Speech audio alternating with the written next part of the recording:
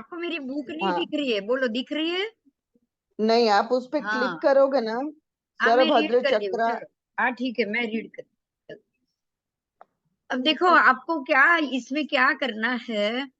हम लोगों को ग्रह के स्वभाव को अलग किया, उसके गुण को अलग किया, राइट? हाँ जी। हाँ। अब होगा क्या कि उसका जो स्वभाव होगा उस हिसाब से वो बिहेव करेगा, लेकिन गुण को तो उसको कंपलसरी देना ही पड़ेगा। ये बात समझ में आ गई? हाँ जी। भाई, सूर्य को उसकी क्रूरता, अगर उसको कुंडली के हिसाब से हर एक इंडिविजुअल व्यक्ति को उस इसको इसके साथ क्रूर बनना है, इसके साथ सौम्य बनना है, लेकिन उसको अपनी धूप तो कंपलसरी देनी ही पड़ेगी। हाँ जी। हाँ, तो ये हो गया कंपल्सन। और दूसरी तरफ हो गया मर्जी कि भाई क्रूर स्वभाव, कि भाई किसी के लिए क्रूर है, किसी के लिए माँ क्रूर है, किसी के लिए सौम्य है, और किसी के लिए नॉर्मल है। नो, हम हाँ बोलेंगे जी। कि कुछ लेना देना ही नहीं है, मैं दूंगा भी नहीं और लूंगा भी नहीं, ऐसा। ओके। हाँ, तो ऐसे न्यूट्रल भी है। किसी के लिए वो न्यूट्रल हाँ भी जी। है सूर्य, किसी के लिए वो महाक्रूर भी है, किसी के लिए वो अच्छा भी है, सौम्य भी है। ऐसे ही हर एक ग्रह के लिए आपको ये सोचना है कि मंगल भी ऐसा हो सकता है, जैसे कि बिंदु मैम के लिए अगर ये बलवान है, तो हम्म। किसी और के लिए कमजोर है, या किसी और के लिए हम्म। तो वो बिल्कुल न्यूट्रल है। हाँ जी। बोलो, इसमें कोई क्वेश्चन है? सबको समझ में आ गया?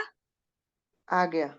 हाँ, इसीलिए शास्त्रों में उसको ये उपमा दी गई है कि कोई ग्रह क्रूर भी हो सकता है, महाक्रूर भी हो सकता है।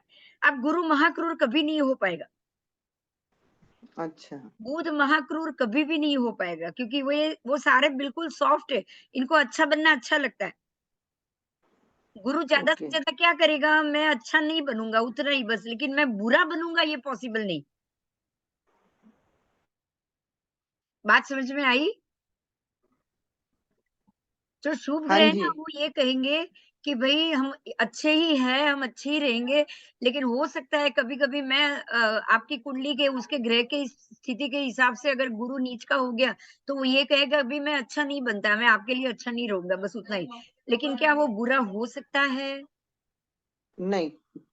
वो खाली अच्छा नहीं होगा, उतना ही बस। अगर अच्छा कोई अच्छा हम्म। ना हो ना, तो भी बड़ा नुकसान है कि नहीं? क्या क्या क्या मैम? अच्छी चीज़ अच्छी नहीं बन पाई तो भी बड़ा नुकसान है कि नहीं? राइट। यस। अगर वो अच्छी नहीं बन पाई ना, तो ये भी बहुत बड़ा हम्म। नुकसान। हाँ जी। हाँ, तो अभी हमको ये देखना है और ये समझना है कि हर एक ग्रह की अलग-अलग स्थिति में यहाँ पे उनकी क्या-क्या स्थिति बताई गई है। आओ चलो, उसको अभी हम समझ रहे हैं। जैसे कि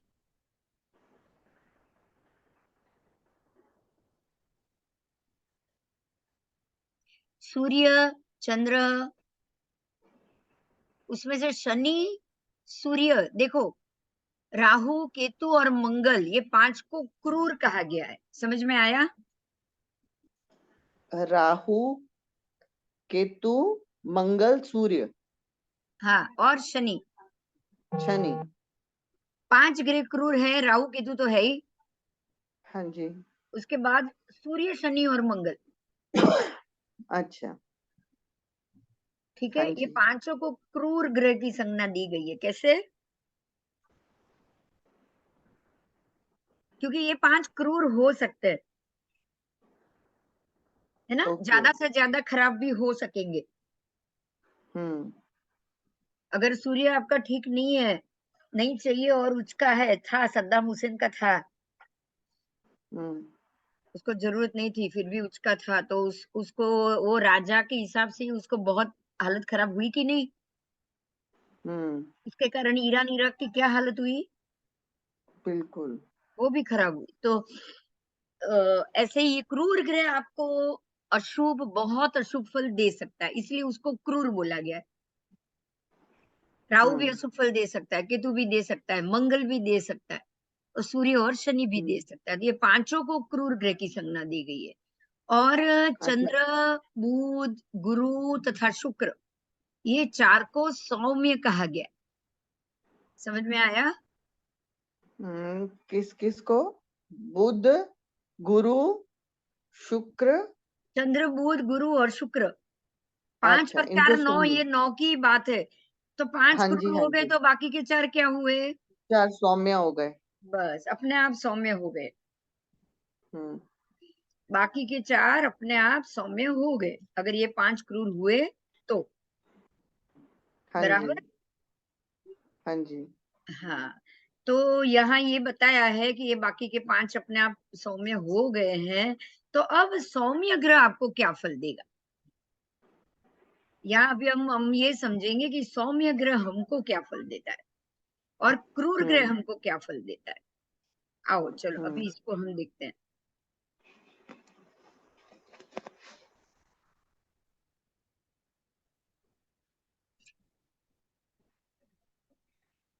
अब इसमें चंद्र और बुध को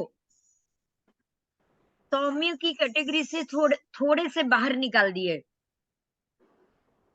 अच्छा, चंद्र और बुध को देखो, समझ में आया? हाँ जी, शुक्र और गुरु को तो सौम्य बोला ही बोला है, लेकिन हाँ, चंद्र और बुध को थोड़े बाहर निकाल दिया। क्यों? क्योंकि बुध जो जिसके साथ बैठता है बिल्कुल वैसा हो जाता है। वैसा हो जाता है। बुध जिसके साथ बैठेगा बिल्कुल वैसा हो जाएगा। तो बुध अगर सूर्य के हुँ, साथ बैठा है तो कैसा होगा? क्रूर हो जाएगा, क्रूर हो जाएगा। बुध अगर शनि के साथ जाके बैठा है तो भी तो वो क्रूर हो तो भी जाएगा। क्रूर। हाँ, बराबर? और बुध अगर गुरु के साथ जाके बैठा है तो तो सौम्य हो जाएगा, अच्छा हो सौम्य हो जाएगा। जाएगा।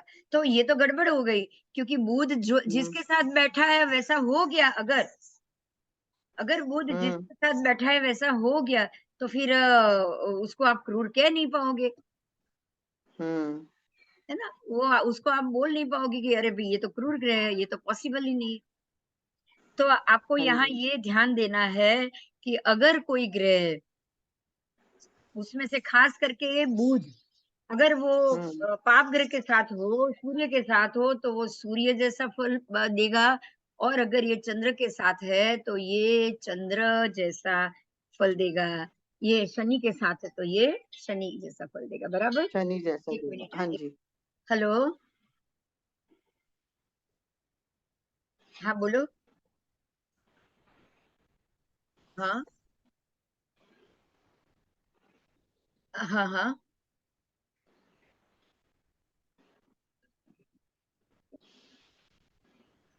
હા, કેટલા વાગે? બોલો, હું 3 એક વાગે પછી આવું. 3 3:30 પછી. હા. હા, હા. હા. હા, હા.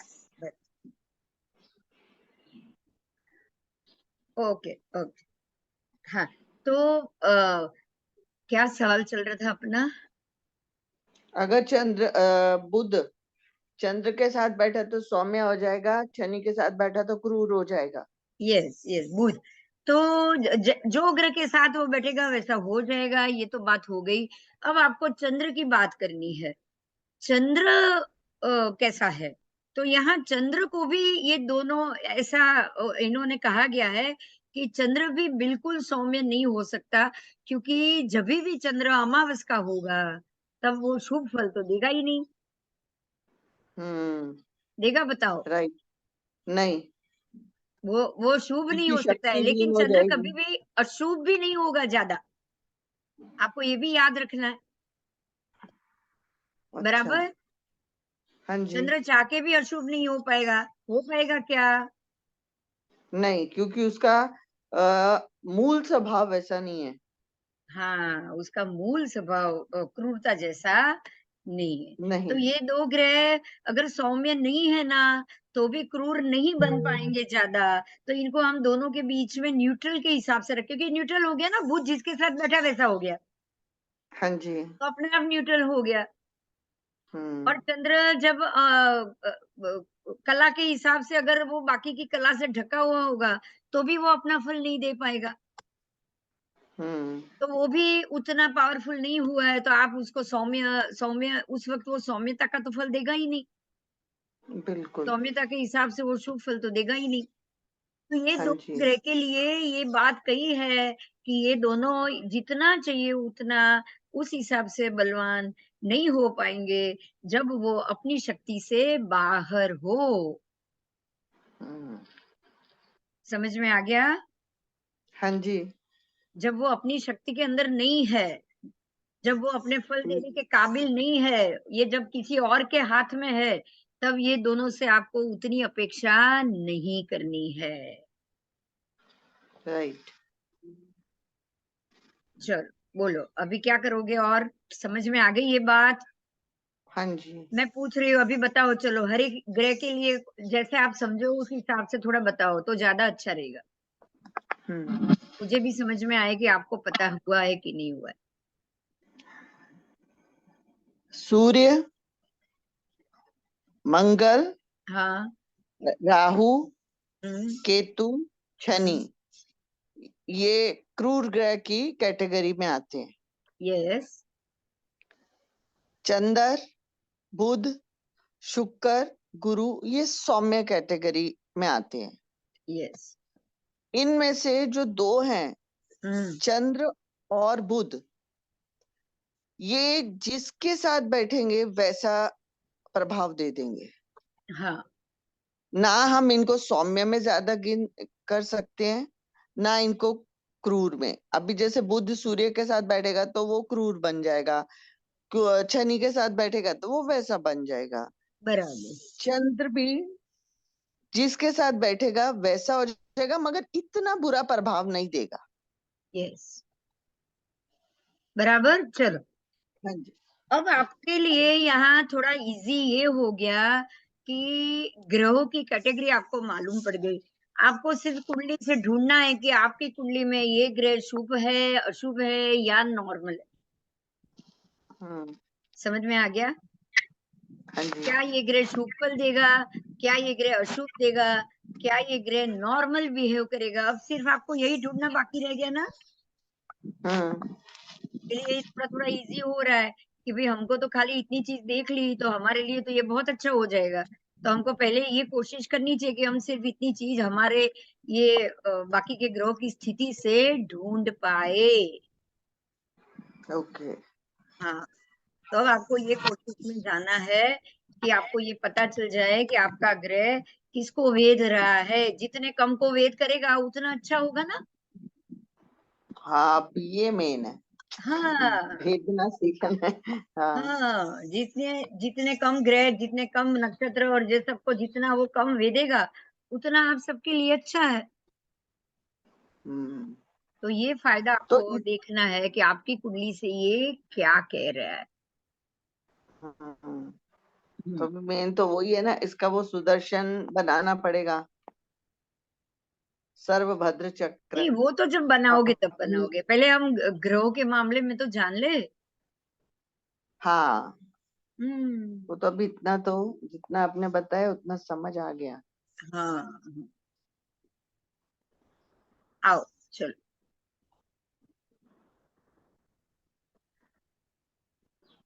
आप स्क्रीन शेयर कर रहे हैं? दिख रही है? दिख रही है? मुझे तो नहीं मालूम पड़ रहा, आपको दिख रही है क्या? एक मिनट मैं देखती हूँ। हाँ विजिबल है मैम। अच्छा, हाँ, दिख रही है। ये पेज मैं जो घुमा रही हूँ वो विजिबल है। चलो अच्छा। हाँ, यस मैम। अरे मेरे को अभी अपनी ही स्क्रीन नहीं आ रही है। झूम की रिकॉर्डिंग चालू है क्या ये बताओ कोई। उनकी चालू है recording. Ma'am, recording is going on. हाँ ओके ओके, बस पता नहीं इसमें खुल नहीं रहा। अगर मैं कुछ और बटन दबा दूंगी ना तो मुश्किल हो जाएगी, इसलिए मैं बाकी बटन भी नहीं दबा सकती। अभी एक पेज खुला हुआ है, उस पे लिखा है वायदा बाजार, राशि, ग्रह, नक्षत्र, प्रश्न हाँ ज्योतिषी। चलो अच्छा, अभी मैं उसी के ऊपर जा रही हूँ। आओ। हम्म, बस दिख रही है तो अच्छी बात। तो मुझे आप कोई कुछ नहीं दिख रहा है इसलिए चलो कोई बात नहीं। अभी हम ये देखेंगे कि किन किन चीजों पे सर्वतोभद्र की असर होती है, किन किन चीजों को इस पे देखा जाएगा। अब आपको ये तो समझ में आ गया, किसी का टैब ये बंद कर दो, टीवी चल रहा है वो बंद कर दो। मेरा तो नहीं है मैम, मेरे तो नहीं घर पे जिनका कोई है है भी वही, नहीं। बस जिनका होगा वो बंद। मेरे को कुछ नहीं है, मेरे को तो स्क्रीन ही नहीं दिख रही इसलिए। आओ, गोचर करने वाले ग्रह किस किस के ऊपर असर करते हैं। आओ देखेंगे कि किस प्रकार से जो लाभ मिलेगा, समृद्धि होगी कि नहीं होगी, हानि नुकसान होगा कि नहीं, व्यय होगा कि नहीं, कष्ट होगा कि नहीं, दुर्घटना कैसे होगी। मतलब कौन कौन से नक्षत्र को वेद हो रहा है तो वो आपको दुर्घटना का अंदेश दे रहा है। जो किसी से आज के दिन में, आज अगर सुबह आप निकल रहे हो, आज अगर कुछ गलत राशि वेद हो रही है तो वो राशि वाली व्यक्ति सामने आए तो उससे आपको बचना है कि नहीं बचना है। वो आपसे झगड़ा करेगा या वो आपका सम्मान करेगा।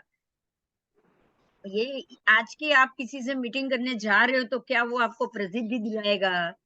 अगर आप ये यात्रा में जा रहे हो कुछ दिन के लिए और आप देखकर जाओ कि ये 4 दिन के लिए कौन कौन से नक्षत्र चंद्र घूमेगा, और वो जैसे हम बोलते हैं ना पंचशलाका और सप्तशलाका यंत्र, वो स्पेशली आपके यात्रा के लिए बताए हैं, मतलब घर से बाहर निकलने के लिए। कि आप अभी पूर्व में ये सारे नक्षत्र हैं और घर से बाहर निकल रहे हो तो ये 4 5 दिन 7 दिन तक जो नक्षत्र सामने आएगा वो आपको यात्रा में सुविधा देगा। तो ये आप इससे देख सकते हो। समझ में आ रहा है। हाँ जी। हाँ, उसके बाद शेयर सट्टा वायदा, शेयर बाजार सट्टा बाजार कि कब अब क्या वेद होगा तो बाजार ऊपर जाएगा। कौन सा नक्षत्र वेद होगा, कौन सा ग्रह ये वेद करेगा तो ये सट्टा सट्टा जो है वो आप उसमें जीतोगे, या सट्टे में जो लगाया है पैसा वो हारोगे। कौन व्यक्ति हारेगा कौन जीतेगा ऐसा नहीं है। देखो कि अभी 2 दिन सट्टे में सारे के सारे हारेंगे, ऐसा होता है क्या। नहीं। नहीं। अगर ये 2 दिन अगर ये शनि वेद रहा है तो 2 दिन में अप डाउन होगा बाजार, ये बताएगा कि ये डाउन जाएगा, लेकिन उसमें आधे जीतेंगे भी और आधे हारेंगे भी ना। हाँ जी। तो कौन हारेगा कौन जाएगा, ये शनि का गुण था जो उसने बाजार को खींच के नीचे लाया। लेकिन उससे किसको नुकसान हुआ किसको फायदा हुआ, ये अपनी अलग अलग कुंडली में जिसका शनि अच्छा होगा उसको फायदा होगा, जिसका शनि बुरा होगा उसको नुकसान। हाँ जी। हाँ, तो वो उस हिसाब से आप जाओगे। तो ये ढूंढना इसमें से है कि किस दिन लाभ है बाजार से, किस दिन आज हानि है, क्या अनुकूल है क्या प्रतिकूल है। मेरे कौन सा दिन अच्छा है, 2 दिन प्रतिकूल है, 2 दिन मुझे कोई धंधा व्यापार का काम नहीं करना है, ये भी मुझे यही सर्वतोभद्र चक्र से वेद ही बताएगा। और मुहूर्त कैसे निकाला जाए, अगर काम अच्छा करना है, आज का दिन भी अच्छा है तो भी उसके लिए कुछ समय है, वो कैसे निकाला जाए। अशुभ ग्रह गोचर उसका फलादेश कैसे हो, आप समझ में आ रहा है। आप इससे कितनी चीज ढूंढ सकते हो। यस। आपको ये मैं बता दूं, राजा वाजा सब जो पहले के जमाने में थे ना, इसी के हिसाब से तो वो चढ़ाई करते थे। राइट। चढ़ाई करने के लिए भी इसी के हिसाब से जाते थे। देखो आपको यहाँ पंचशला का वर्ग दिख रहा है आपको सामने। हाँ जी। उसको देखोगे, राशि नक्षत्र तिथि अक्षर स्वर और दिन, ये दिवस। हाँ जी। पंचशला का वर्ग है और उसमें भी नक्षत्र की दिशाएं हैं। आज आप अभी नक्षत्र की दिशा पे फोकस करोगे। पूर्व ओके। के 7 नक्षत्र बताए हैं, लेकिन वो नंबर तीसरे से शुरू हुआ है। आपको यहाँ कृतिका। मैं ये बता दूं कि बहुत अलग अलग ज्योतिषों ने इसको अलग अलग दृष्टि से समझा है।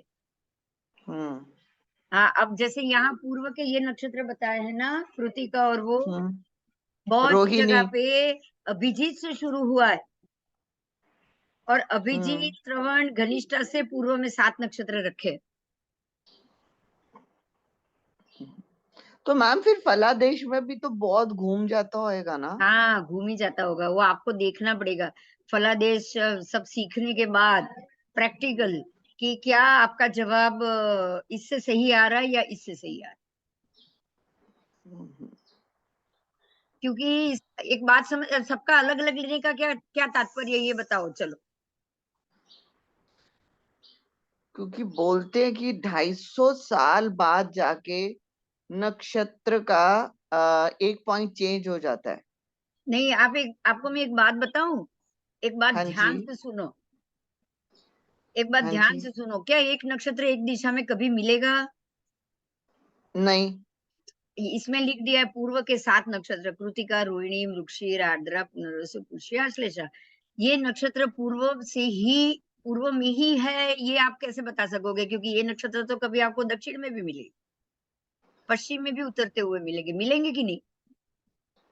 हम्म, नक्षत्र तो पूर्व से उदित होके पश्चिम में अस्त होते हैं, वापस पूर्व से ही उदित होते हैं ना। हाँ पर मैम ऐसे जैसे अभी बताया था कि नक्षत्र फिक्स रहते हैं, ग्रह उनके अंदर गोचर करते हैं। ऐसा बताया गया है तो नक्षत्र भी स्थिर होने चाहिए ना आकाश में। हाँ, पहले ये मेरी बात समझो, एक बात को देखो, रोज सुबह बताइए। ध्यान से सुनो, हाँ जी, रोज सुबह पूर्व क्षितिज से कभी भी नक्षत्र उग रहा है, वो 13 दिन के बाद दूसरा उदित होता है कि नहीं सूर्योदय के समय पे?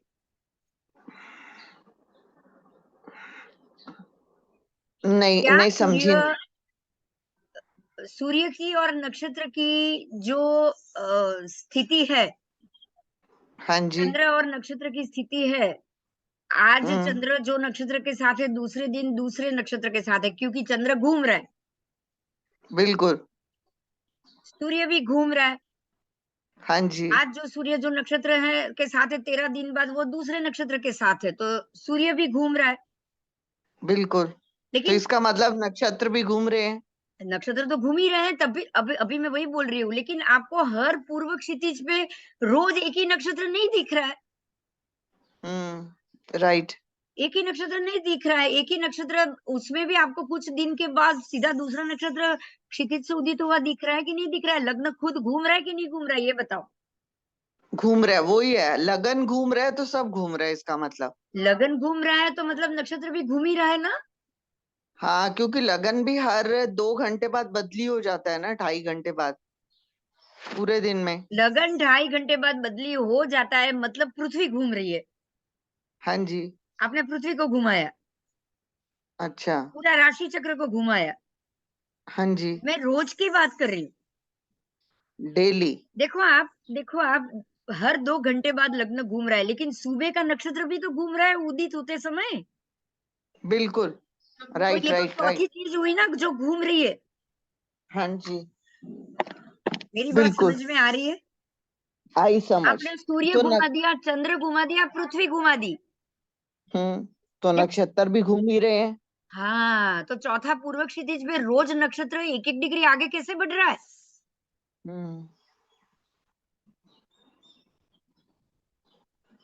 बोलो। Right right. तो नक्षत्र भी घूम रहे हैं, हाँ जी। तो पूर्व के नक्षत्र पूर्व में ही मिलेंगे, ये तो पॉसिबल नहीं है। पॉसिबल नहीं है। अब सूर्योदय वो के किधर? समय अगर कृतिका और 7 नक्षत्र है, तो सूर्यास्त में तो वो दक्षिण में चले गए, दोपहर में तो, हम्म। शाम में वो पश्चिम में चले गए, हाँ जी। रात को वो उत्तर में चले गए। हम्म। यही कारण है कि हर एक अलग ज्योतिष ने अपने अपने हिसाब से पूर्व के दिशा के नक्षत्र अलग दे दिए। ओके, तो फिर ये जो बोलते हैं कि ये राशियां, पूर्व उदित राशियां हैं, राशियों को भी जैसे बांटा गया है 4 भागों में, कि ये राशि पूर्व को उदित 4 है। भागों में तो बांटा गया है, लेकिन आप उसमें भी देखो ज्योतिषों ने क्या क्या किया है, ध्यान दो। हाँ जी। पूर्व दिशा की 3 राशि तीनों अग्नि तत्व की दे दी। दे दी। पॉसिबल है? दक्षिण में। अरे पहले पॉसिबल हम्म, है ये सोचो। नहीं, इस हिसाब से तो पॉसिबल नहीं है ना, क्योंकि क्योंकि घूम रही आएगी है तो तो। लाइन से आएगी ना। मेष हाँ जी। मेष वृषभ और मिथुन 3 लाइन से आनी चाहिए। बिल्कुल। ऐसे डायरेक्ट पहले पहली आई फिर 5वीं और 9वीं आई, वो कैसे पॉसिबल है बताओ? वो तो पॉसिबल नहीं हो सकती है ना। बस बात ये है, यहाँ हमको क्या हम्म। समझना है कि ग्रह घूम रहा है, राशि घूम रही है, नक्षत्र घूम रही है, इसीलिए कोई भी एक नक्षत्र एक दिशा का फिक्स तो हो ही नहीं पाएगा। राइट। तो ये हो नहीं पाएगा, इसलिए हर एक ने अपने अपने हिसाब से ये सारा गणित निकाला। हम्म। मतलब ये हो गया कि ये नक्षत्र यहीं से शुरू हो रहा है, इसको आप फॉर्मली कैसे मानोगे? इसके लिए कोई और लेवल चाहिए ना, ये लेवल काम नहीं आएगा, मैं ये कह रही हूँ। अच्छा। आप ये लेवल से तो मान नहीं पाओगे कि पूर्व के ये 7 नक्षत्र है। 4 ज्योतिष ने अलग-अलग कृतिका नक्षत्र को या अभिजीत नक्षत्र से पूर्व की शुरुआत कर दी, किसी ने अश्विनी से कर दी, किसी ने कृतिका से कर दी, तो इसको हम कैसे कृतिका से। मानेंगे जब बेस नहीं होगा? तो इसके लिए काल पुरुष की कुंडली मानते हैं। नहीं, नहीं, नहीं, नहीं, नहीं, नहीं, इसके लिए एक और बेस है, वो है उत्तरायण, दक्षिणायन। ओके। ये बड़ा बेस है, सबसे बड़ा बेस। हाँ जी। सूर्य उत्तरायण में कब होता है, सूर्य दक्षिणायन में कब होता है, इसको तो आप बदल नहीं पाओगे। हाँ बिल्कुल। अच्छा, उत्तरायण में तब होगा जब वो उत्तर में होगा, हाँ जी। और दक्षिणायन में तब होगा जब वो दक्षिण में होगा। दक्षिण में होगा। हाँ जी। अच्छा, ध्यान दो, उत्तरायण के नक्षत्र जो है कभी भी दक्षिणायन में आएंगे क्या? नहीं। और दक्षिणायन के नक्षत्र कभी भी उत्तरायण में जाते हैं क्या सूर्य के? नहीं। मतलब जो सूर्य दक्षिणायन में जो नक्षत्र में है वो सारे के सारे दक्षिण में के फिक्स हो गए, हम्म। और जो और जो सूर्य उत्तर के में है वो। नक्षत्र उत्तरायण के समय है वो सारे के सारे उत्तर में हो गए। ये हम्म। हमारे लिए सबसे क्लीन एंड क्लियर बेस है। हम्म। बोलो, कोई है क्वेश्चन? नहीं। सबको बोलो, मुझे बाकी भी बताए। समझ में आई मुद्दा? खाली रेणु जी को ही समझ में आया या सबको आया? अभी तक कोई क्वेश्चन नहीं है मैम। अरे हाँ सब ठीक है मैडम। बात नहीं, समझ में आया, मैं ये पूछ रही हूँ। हाँ समझ में आ रहा है मैडम। यस आ रहा है यस। ना? देखो, आप है हाँ ना, हाँ। किसी भी नक्षत्र भी घूम रहे हैं, सूर्य भी घूम रहा है, चंद्र भी घूम रहा है, पृथ्वी भी घूम रही है, सबके सब घूम रहे हैं, ऐसा ऐसा आप सोच लो। राइट? हाँ जी। अगर पृथ्वी को नहीं घुमाओगे तो पूरा राशि चक्र घुमाना पड़ेगा। सबके सब घूम रहे हैं, तो हमारे लिए ये प्रश्न है कि अगर घूमने वाली चीज होगी तो वो एक ही दिशा की तो आप बता नहीं पाओगे। हम्म।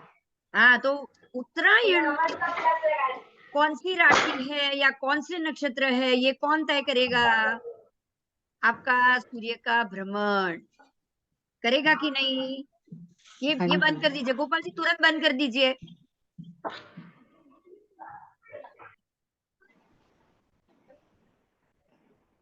आपको ये कैसे मालूम पड़ेगा कि उत्तर के नक्षत्र कौन से हैं? क्योंकि सूर्य जब उत्तरायण में है तब वो फिक्स 15 नक्षत्र में होता है, हम्म। और सूर्य जब दक्षिणायन में होता है तब भी वो फिक्स 15 नक्षत्र में घूम रहा है। ओके। ये फिक्स नक्षत्र है। अब उत्तरायण में जब सूर्य प्रवेश करेगा, जैसे कि अभी जनवरी में उसने प्रवेश किया, तब वो सूर्य उस वक्त सबसे पहले अभिजीत नक्षत्र में ही एंट्री लेगा। पर मैम अभिजीत नक्षत्र इन 27 नक्षत्रों में तो ज्यादा करके पढ़ने को नहीं आता है। आपने इसको अवॉइड किया इसलिए नहीं आ रहा है, बाकी कौन कहेगा अभिजीत नहीं आएगा? सर्वतोभद्र में तो बिना अभिजीत कुछ नहीं होगा। तो मैम ये कृतिका से पहले आएगा, मतलब रेवती के बाद। नहीं, नहीं, नहीं, नहीं, पहला आएगा मतलब अभिजीत से गिनती शुरू होगी। अच्छा। हाँ, अभिजीत से आपको गिनती शुरू करना है भाई। जैसे अपन अश्विनी से अभी करते हैं, अश्विनी आओ देखो, भरनी इसमें कृतिका। आपके सामने ये पेज है, अब इसको अभिजीत से शुरू करो। देखो, अभिजीत सबसे पहला, एक मैम। उसके बाद श्रवण, फिर घनिष्ठा, फिर सत्तारा, फिर पूर्व भाद्रपद, फिर उत्तर भाद्रपद, उसके बाद रेवती, उसके बाद अश्वनी, उसके बाद भरणी, उसके बाद कृतिका, रोहिणी। तो ये देखो, अभिजीत से 7 गिनो पहले। अभिजीत, श्रवण, घनिष्ठा, सत्तारा, पूर्व भाद्रपद, उत्तर भाद्रपद और रेवती। तो रेवती तक ये 7 नक्षत्र पूर्व दिशा के हो गए। एक मैम, एक मैम, मुझे जरा ना ये देखो आया ना, अभिजीत 21वां नक्षत्र बता रहा है इधर। आप उसको पहला समझो ना, अभी उसको पहले लगा रहे हो। उत्तरायण शुरुआत में कौन होता है?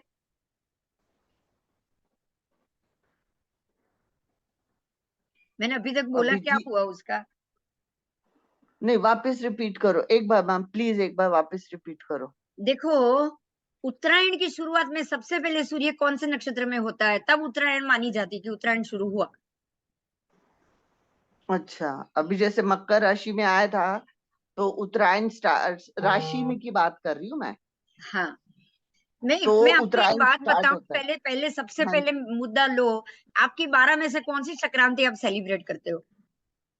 मकर संक्रांति। तो मकर संक्रांति सबसे पहले मानोगे? यस। क्योंकि एक ही संक्रांति सेलिब्रेट हो रही है, देखो, हाँ जी। और कोई नहीं हो रही है।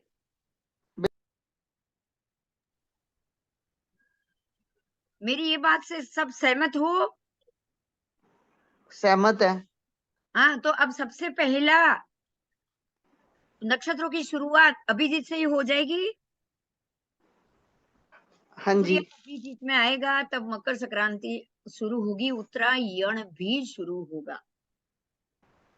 ओके।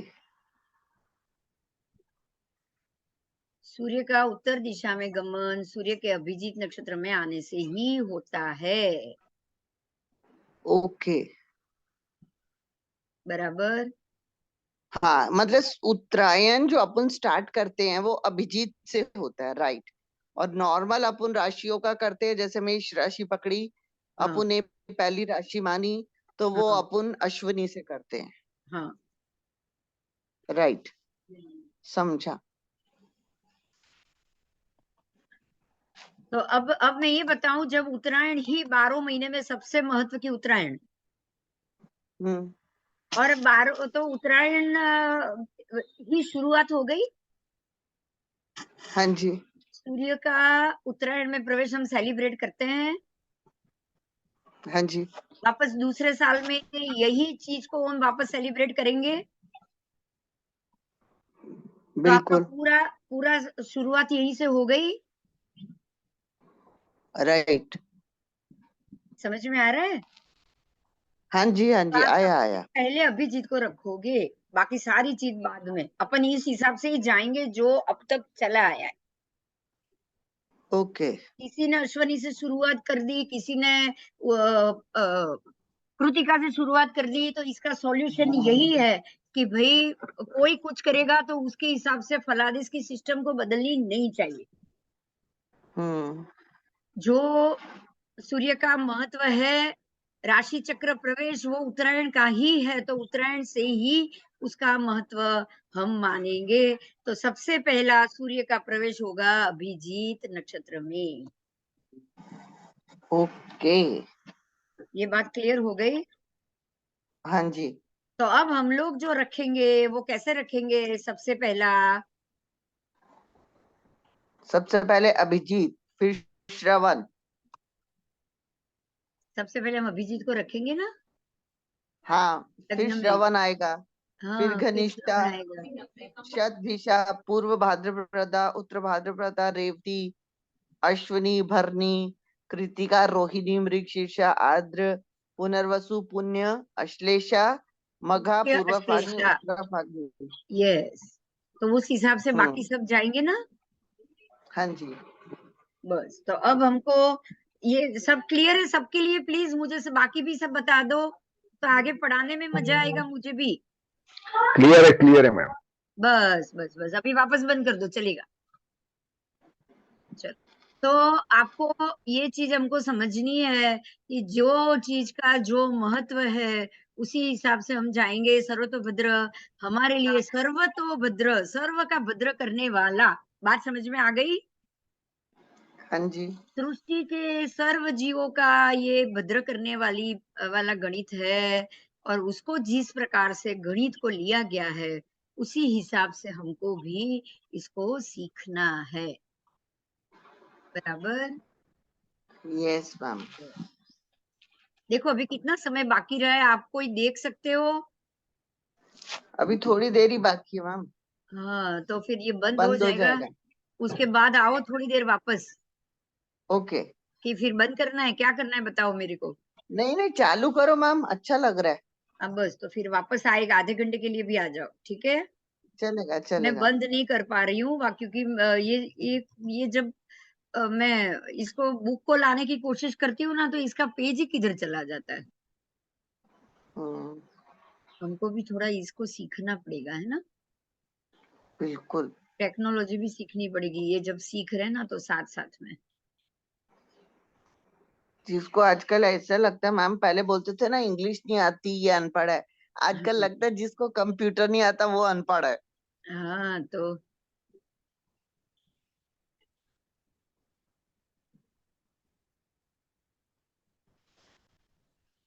देखो अब यहाँ पे आपको फलादेश की कुछ चीज बताई है, मैं पढ़ रही हूँ, सुनो जब तक बंद नहीं हो रहा है तब तक। हाँ जी। सर्वतोभद्र से फलादेश की संवेदनशील पंचशालक, ध्यान दो, हाँ जी। संवेदनशील पंचशालक, संवेदनशील